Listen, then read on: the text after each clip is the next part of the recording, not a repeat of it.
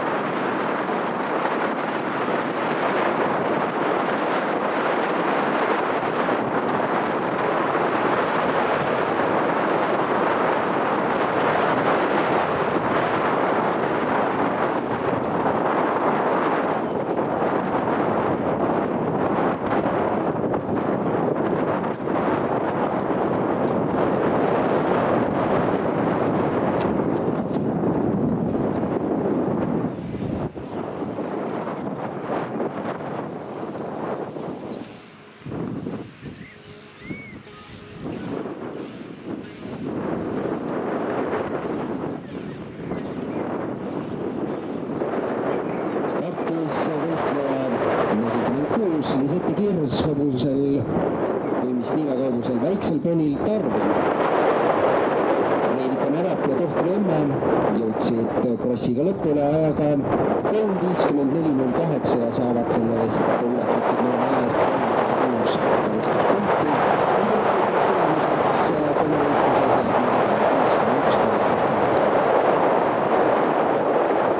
Valmistub Marielle Pille.